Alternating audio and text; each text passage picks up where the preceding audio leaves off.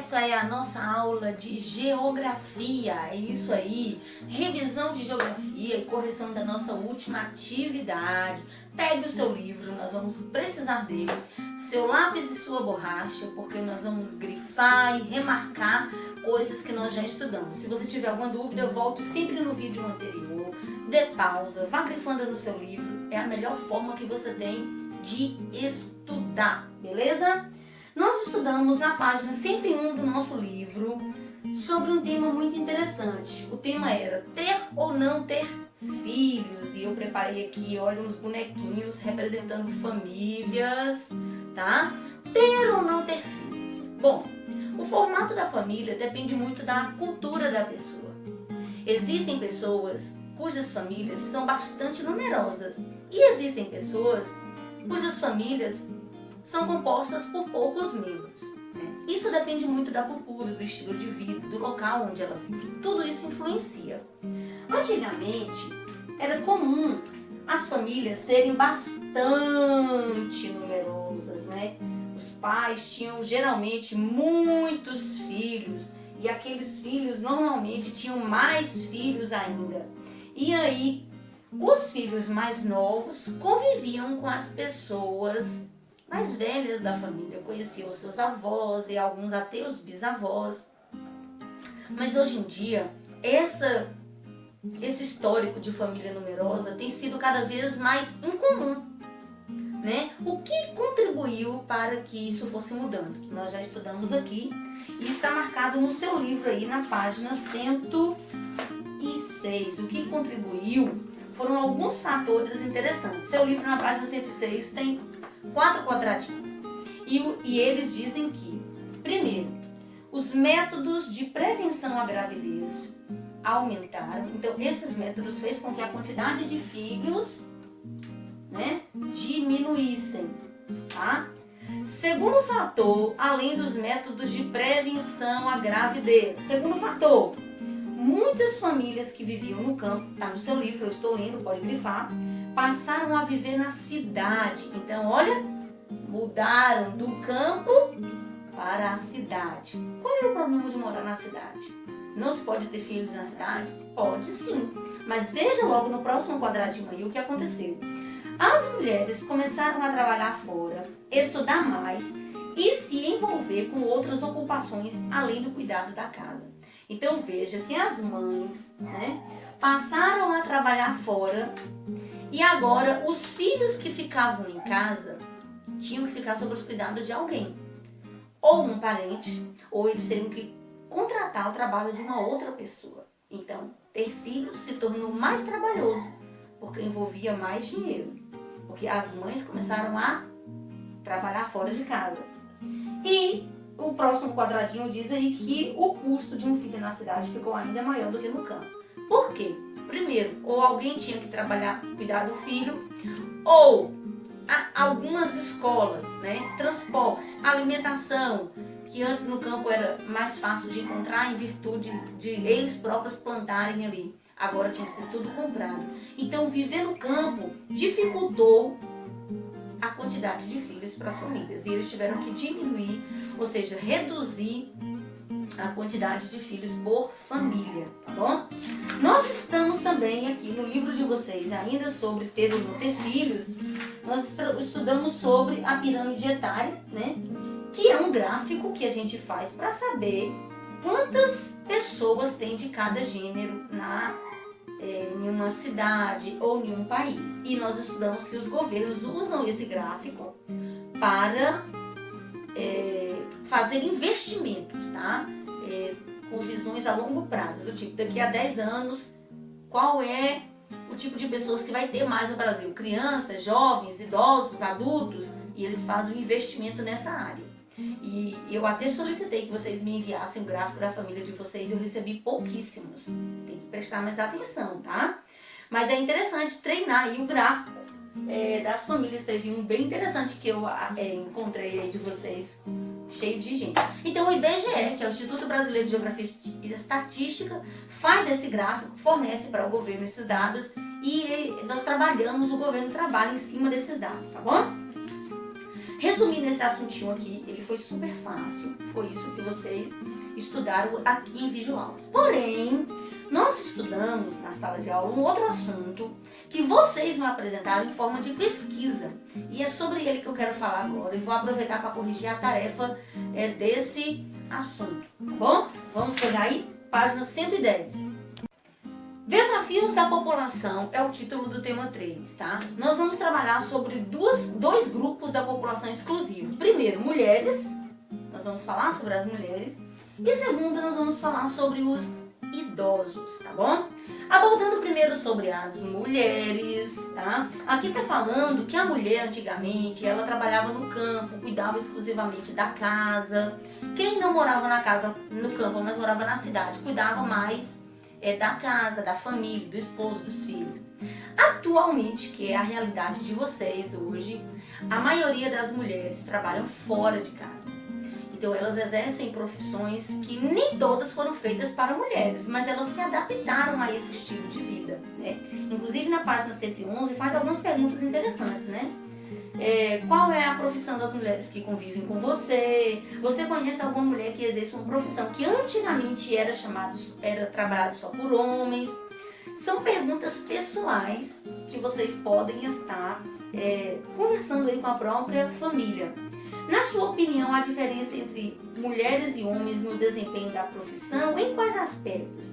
Nós sabemos que as mulheres, elas são fisicamente mais frágeis do que os homens. Então existem certos trabalhos que requerem um esforço físico maior, o que não é tão adequado para as mulheres, mas isso não quer dizer que elas não possam trabalhar. Mas a nível de esforço físico, seria melhor que elas evitassem, tá bom?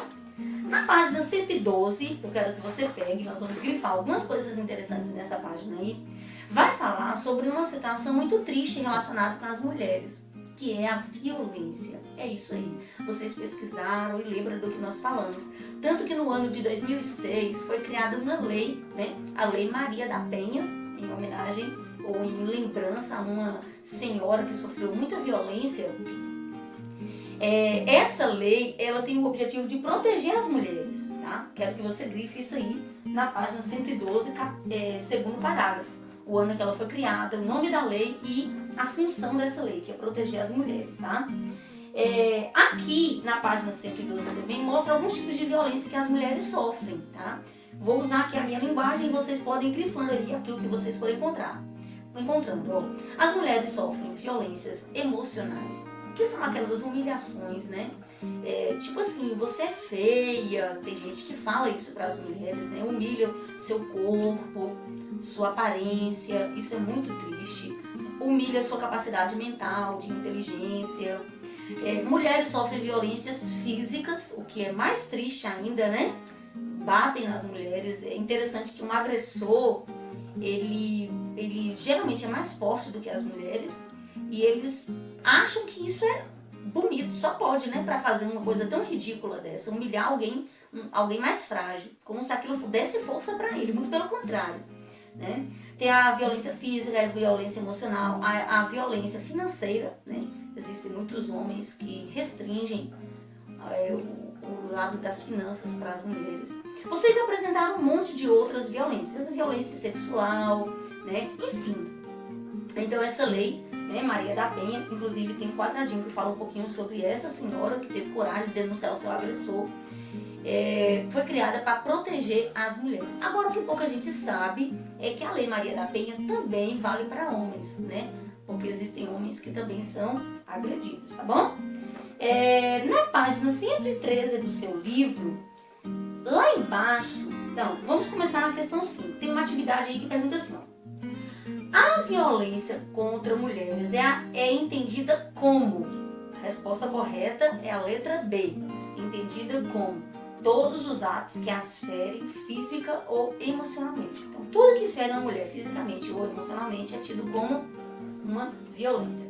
Que outras situações de violência merecem a atenção do governo e da população? É só a violência contra a mulher que merece a atenção? Resposta: não. Nós temos a violência contra a criança, a violência contra o adolescente, nós temos a violência contra o idoso. Todas essas violências e tantas outras merecem nossa atenção. Violência contra moradores de rua, violência contra índios, né? A questão da etnia, enfim, tudo isso o governo precisa ter um cuidado especial. Existem tantas pessoas que morrem por causa de violência no trânsito. São inúmeras atenções que o governo precisa estar sempre voltando, né, sua atenção, criando leis, criando regras para proteger esse grupo de pessoas, tá bom? E mais embaixo fala aí sobre que essa violência infantil, contra as mulheres, muitas vezes ela surge desde a infância. Muitas mulheres, desde a infância, são obrigadas a trabalhar em casa, enquanto que o mesmo menino, em uma casa que tem, por exemplo, pegar aqui, ó, um menino e uma menina, às vezes a menina é obrigada a lavar prato, a arrumar casa, enquanto que o menino não colabora. Isso já é uma espécie remota de violência. Meninos e meninas têm direitos iguais. Enquanto um lava o prato, o outro pode muito bem estar arrumando a cama ou varrendo a casa. Isso não é um trabalho exclusivo para mulheres, tá? Nossa sociedade moderna diz isso pra gente, que homens devem participar dos trabalhos dentro de casa, sim. E começa na educação da infância. Viu, garotada? Trabalha ajudando a mamãe e as irmãs que vocês têm aí em casa. Tem muita molecada aí, gente fina, mas tem aqueles ali que se escoram, hein? Cuidado. Então vamos lá, vamos prosseguir, tá? Vamos falar agora sobre o idoso. Na página 115 do seu livro, nós temos a questão 7, que tem 3 perguntinhas. A primeira pede para você observar esse gráfico aqui e diz assim: entre 2007 e 2017, o que podemos concluir? Resposta: podemos concluir que o número de idosos aumentou. Aqui diz que aumentou cerca de 10 milhões de idosos. Anote aí. Letra B. Com base nesse resultado, qual a projeção para 2027? Resposta: o número de idosos aumentará a cada ano. E em 2027 vai chegar até o triplo de idosos que tinha no ano de 2007, tá bom? Letra C. Quais seriam os desafios do governo com esse aumento de idosos? Bom, o que vocês... É pessoal, mas o que vocês podem colocar aí? O governo tem que investir na previdência social, o governo tem que investir em medicamentos para os idosos, em atendimento médico, em pesquisas que ampliará a saúde da medicina nessa área para idosos, tá?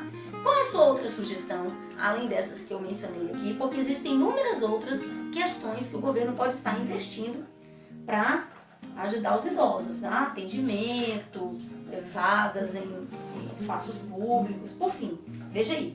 Página 116, grifa para mim aí o clique. O clique explica o que é a expectativa de vida no Brasil, que diz aí, ó, que é o número médio de anos que uma pessoa poderá viver em certo lugar. Então, aqui no Brasil, lá embaixo diz que aqui no Brasil a expectativa, entre 2015 e 2016, a expectativa de vida de um idoso era de 75 anos,5 e aumentou para 75,8. Então, veja que legal. A expectativa de vida, que é a idade média em que o brasileiro pode viver. Claro, gente, que isso aqui é uma projeção, né? Pode ser mais, também pode ser menos. Mas a boa notícia é que está aumentando. Isso quer dizer que a saúde melhorou. É justamente isso aí que nós vamos discutir isso aqui, ó. O que ocorreu na questão 8, gráfico? O que ocorreu entre os anos 1980 e 2000, de acordo com o gráfico? Resposta: a expectativa de vida aumentou de 62 para 70 anos. Então, aumentou bastante. Letra B. A que conclusões podemos chegar observando os demais anos? Que houve um aumento gradual, ou seja, um aumento pequeno, mas um aumento da expectativa de vida, tá bom? Agora, uma coisa que nós podemos discutir ainda nessa página aqui é mesmo que a expectativa de vida tenha aumentado, ela ainda, no Brasil, ela ainda está abaixo, tá? Do que alguns países, principalmente países de primeiro mundo, onde tem um investimento muito grande. Na página 117 do seu livro, faz até uma comparação da expectativa de vida da África, né? Que lá a expectativa de vida era bem inferior e tem aumentado gradualmente, tá bom? Graças a Deus, né? Um país muito sofrido. Na questão 9 é pessoal, para você escolher um país e comentar sobre a expectativa de vida desse país. Estou curiosa para ver sua resposta. Depois eu vou pegar o seu livro e analisar tudo isso aqui, tá bom? E converse com o idoso, fazer algumas perguntas aqui para eles, perguntas até interessantes, né? Lembrando que idoso é a partir de 60 anos, tá bom? O nome, a idade. Pergunte para essa pessoa se ela ainda exerce algum trabalho remunerado, ou seja, algum trabalho que ela ganhe dinheiro com isso. Não estamos falando de aposentadoria, tá bom? Pergunte na 2 agora se ela é aposentada, o que faz para cuidar da saúde e quais são as maiores dificuldades para um idoso. Esse tipo de entrevista ajuda até o governo, né, a saber onde fazer os seus investimentos. Na página 118 comenta o que será que aconteceu no Brasil para que o idoso vivesse mais. Eu grifei aqui 3 informações importantes. É interessante que você grife aí. Primeiro, o idoso começou a ter acesso a cuidados médicos, ou seja, mais vacinas para o idoso, tratamentos, medicamentos mais específicos para o idoso. Benefício. Segundo, existem mais programas de incentivo, de prevenção a doenças para o idoso. Então, quanto mais informação, mais alerta a pessoa fica, mais cuidado ela vai ter. E terceiro, né, e começou a ter mais orientação do que o idoso deve fazer para viver mais, que é a alimentação adequada e atividades físicas. Nós temos aqui 2 perguntas que é interessante para você, jovem, que não sabe, né, qual é o seu futuro, porque um dia a idade chega, tá? Quais são os vícios ou os problemas sociais que podem contribuir para que a expectativa de vida de uma pessoa seja reduzida? O que faz uma pessoa ter expectativa viver menos? Tá? O uso de drogas, noites mal dormidas, cuidado com jogos online. Você pode não sentir isso agora, mas vai sentir no futuro. A alimentação inadequada, porque ela vai lhe provocar inúmeras doenças, tá bom? Eu dei aqui 3 exemplos, mas existem inúmeros. O sedentarismo, né? Tudo isso contribui para você viver, para nós vivermos menos, né? Que cuidados crianças e adultos podem adotar para preservar a sua saúde, a sua vida? O contrário do que está lá, né? Ser mais ativo fisicamente, alimentar-se de forma adequada, comer coisas adequadas, saudáveis na hora certa, porque não adianta comer qualquer horário, de qualquer jeito, tem que ter a hora para comer, dormir, um tempo de repouso suficiente, também horário e ambiente adequado, estar sempre se informando, manter a mente sempre ativa com coisas importantes, interessantes, que contribuam para a exploração dos seus neurônios, tá bom?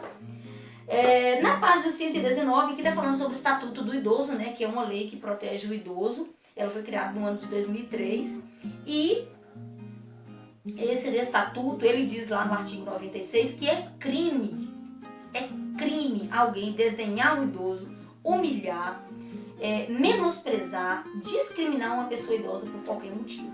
É crime.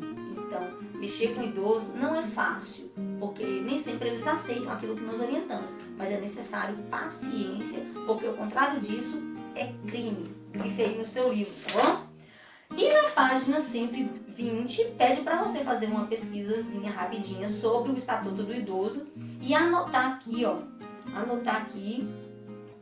5 artigos que vocês acharem importantes. O seu livro na página 109 mostrou 1. Eu quero que você pesquise mais 4 ou então mais 5 diferentes. Escreva aqui que quando eu pegar o seu livro eu vou estar analisando aquilo que vocês pesquisaram. Galerinha, a nossa prova vai falar sobre esses 2 temas. Grife direitinho, é um jeito de vocês estarem aprendendo um tema super fácil, tá bom? Um beijo e até a próxima!